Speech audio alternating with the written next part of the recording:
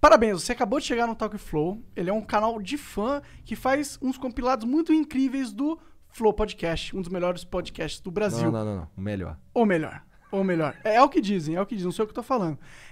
E tem o nosso Apoia-se, cara. Se você gostou de algo que você viu aqui neste canal, considere apoiar a gente, porque aí todo mundo sai ganhando. O link vai estar na descrição. Em caminho aí, como eu conheci o Bruno... Como que foi parar na plateia do Palhaço Gozo? Como eu fui parar na plateia do Palhaço? Eu assisti, sempre gostei de Hermes e Renato, assistia, e os meninos, quando eles vieram pra São Paulo, eles moravam no mesmo bairro que eu morava. Então eles... Que meninos? Do Hermes e Renato. Eles não eram daqui e vieram pra cá? Eles eram de Petrópolis. Eram do Rio. E aí, quando eles vieram pra São Paulo, eles vinham pra São Paulo sempre pra gravar. E eles gravavam no meu bairro. Então, você imagina, eu na escola... Ali, tipo, sei lá, tentando prestar atenção na escola. E os caras estavam ali gravando na pracinha do lado da minha escola, sabe? Então, eu era espoleta pra caramba. Eu cabulava a aula direto pra ir lá assistir. Eles não façam isso em casa, criança. Não cabulem aula. Nem tem como cabular aula, mas vocês não estão indo pra escola. Mas, enfim. E aí, eu cabulava a aula direto pra ir assistir, gravação e tal. E foi num momento muito bizarro, assim, da minha vida, que foi numa época que o meu pai tinha alguns meses, assim, que meu pai ele tinha sofrido um acidente, um traumatismo craniano. Ele passou 2 anos em coma. Então, foi uma fase, assim, que eu... Ele caiu de moto? O que houve? Cara, seu pai é uma bad. E assim, E aí, naquela época, assim, a minha vontade de assistir aula e ir pra escola era... surreal, né? Muito. Sim. Só que não. E aí eu fiquei... assim, era uma distração pra mim. Era uma coisa que eu gostava muito de assistir, né? E aí de vez em quando eu ia, encontrava eles numas gravações. E um dia eu tava, inclusive, na feira. E eles estavam lá e eles estavam gravando o Bolovo. Sabe o episódio do Bolovo? Claro que eu sei. E eles estavam gravando o episódio do Bolovo. E eu tava naquela feirinha, que era a feirinha do lado da minha escola. E eu acabei conhecendo os meninos, eu falei, pô, me chama pra participar, me chama. Eu e uma amiga minha. E aí eles acabaram chamando a gente pra participar. E aí eu gravei Hermes e Renato durante um tempão, mas só pra deixar claro, tá? A primeira vez que eu fiquei com o Bruno eu já tinha 20 anos de idade, tá? Tá tudo bem. Okay. Eu era uma criança naquela época, eu tinha 12 anos quando eu conheci ele. Eu mentia que eu tinha 14, porque eu queria participar lá da plateia, eu achei que talvez ele não... Apesar da minha mãe assinar e tudo. Talvez... quando eu falei, eu tenho 14 anos. É mentira, né? Cara de pirralha da porra que eu tinha. Não, era ver o cara de criança. Eu com 12 anos na plateia do Palhaço Gozo. Super normal. Do Palhaço Gozo, do Palhaço Gozo. Super normal. E assim, era uma fase assim, também, como eu disse, tipo, muito turbulenta na minha vida, na minha família e tudo. Então, a minha mãe, ela via que era um negócio que me divertia. Então, ela não pedia pra eu não fazer, entendeu? Que bom. Ela acabou confiando, porque eu me emancipei desde muito nova, assim, nesse sentido. Eu sempre fui muito responsável, assim, de tudo. De virar trabalho, mesmo. de estudo, de me virar, né? Então, minha mãe, ela trabalhava muito na época, assim. A gente sempre foi muito, muito humilde, mas depois do acidente do meu pai ficou pior, que a gente não tinha mais pensão, não tinha nada, né? E minha mãe começou a ter que trabalhar dobrado pra gente ter comida na mesa, assim, sabe? Então, naquele momento, eu já tava muito solta, né? Eu comecei a trabalhar pouquíssimo tempo depois disso, assim, com, sei lá, 14, 15 anos eu já tava trabalhando. De modelo, alguma coisa assim? Não, nada disso. Na realidade, eu fiz um pouco de tudo, né? Eu até entregar panfleto eu já entreguei, só não fui engraxate nessa vida. Mas eu comecei a trabalhar com teatro, percussão. Eu tocava percussão, então eu fazia sonoplastia em espetáculos, tocando percussão. Eu comecei a dar aula de percussão numa ONG dentro de uma favela. Eu já trabalhei até no mercado financeiro. Caralho. Aí eu entrei na faculdade, né? Eu comecei a estudar bastante para conseguir bolsa na faculdade, porque eu sabia que também não ia ter condição nenhuma da minha mãe pagar a faculdade. Eu mal tinha dinheiro para pegar o ônibus para a escola. Eu ia a pé 30 minutos para a escola, porque nem isso a gente não tinha. Mas aí eu peguei na época... Tipo, pedi emprestado de pessoas mais velhas que já tinham feito cursinho, livros de cursinho e tudo. E comecei a estudar bastante para conseguir uma bolsa na faculdade. Consegui bolsa integral na faculdade.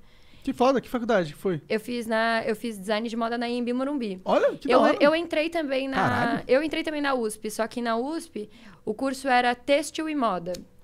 E ele era mais voltado à indústria indumentária, que talvez você não saiba o que é isso, mas é tecnologia de tecido. Ok. Só que eu achei que o curso de design na Anhembi Morumbi, ele era mais... ele era muito mais conceituado, né? As melhores do Brasil era Senac, Anhembi Morumbi e Santa Marcelina. Só que a Santa Marcelina, na época, eu também eles tinham um procedimento diferente para a bolsa. Eu fiz a prova, tirei uma nota muito boa na prova. Só que eles diziam que tinha tudo, né? Tinha até assistente social que ia na sua casa para ver se você precisava de bolsa e tal. Só que para você entrar descobrir se você conseguiu ou não, você tinha que pagar uma parte do vestibular, da matrícula, que custava, tipo, R$1.800. Caralho.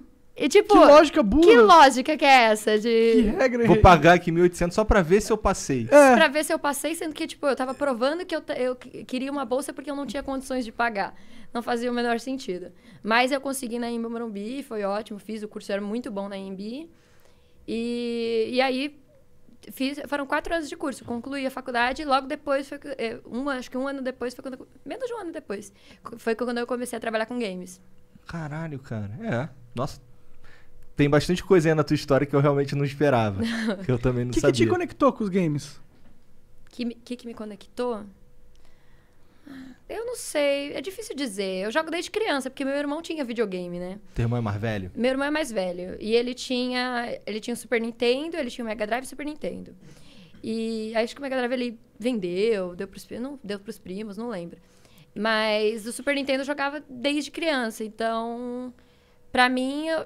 É difícil dizer, porque eu não sei exatamente quando eu comecei. A hora que eu me lembro, eu já tava jogando, tipo, a Era de Acrobat, tipo, que era um joguinho que eu amava do Super Nintendo. É um morceguinho. Um morceguinho, e vários jogos do Super Nintendo, que aí o meu pai, ele na época, ele trabalhava na 25 de Março, e aí ele ia até a Galeria Pagé, e ele comprava lá na Galeria Pagé várias fitas usadas, ou... Paralelas. Eu gosto dessa palavra. E aí ele comprava várias fitas pra gente, e aí a gente tinha fita pra caramba e jogava um monte de jogo. Era assim, Caralho, as 2 coisas que eu mais gostava de fazer quando eu era criança. Era ler gibi da Turma da Mônica e jogar videogame, assim. Foi muito... Que foda. Muito a minha infância, assim. E é maneiro saber, e assim, porque eu via uma galera da minha idade, as meninas da minha idade... Eu via que tinha uns pais que não gostavam que as meninas jogassem videogame por alguma razão besta, sabe? De, sei lá, 25 anos atrás. E legal saber que não encheram teu saco com as paradas que tu queria curtir. Né? Eu não tive essa questão justamente porque também não fazia muito sentido, né? Não, mas não faz sentido mesmo. Não faz sentido, mas vamos dizer assim, se o meu irmão não tivesse videogame, provavelmente eu não teria tido acesso e provavelmente eu não estaria aqui hoje. Mas... Então ainda bem que ele teve. Ainda bem que ele teve. Mas assim, provavelmente eu não teria ganhado um videogame como ele ganhou, entendeu? Entendo. Então, assim, eu entendo o que você tá falando, porque realmente isso faz sentido. Só que, assim, eu sempre fui baixinha.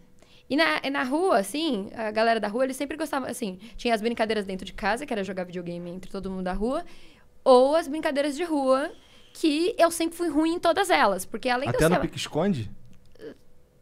Mais ou menos, mas porque eu sempre corri, você tem que ver como eu corro igual um dinossaurinho. Então, e aí tinha assim, todas as brincadeiras que eram assim, sei lá, vôlei, eu sempre fui ruim em todas elas. Eu era café com leite, entendeu? Só que no videogame eu não era. Não sei, acho que a gente é criança, quando a gente lida desde criança, a gente é melhor. O fato é que no Fall Guys, eu perco para crianças de 10 anos de idade. Eu sei que eu perco pra elas. Mas assim, a gente tem essa facilidade que é diferente. Eu tinha essa facilidade diferente da facilidade física. Então, eu acho que eu me conectava mais com jogar... Porque, assim, pra mim era tipo... Qual era a brincadeira que a gente vai fazer hoje? Videogame, entendeu? Porque eu era melhor naquilo e competia melhor com as pessoas que E acaba sendo mais divertido pra você decidir. Claro. Eu não gostava, porque todas as brincadeiras de rua, eu sempre fui pior em todas elas.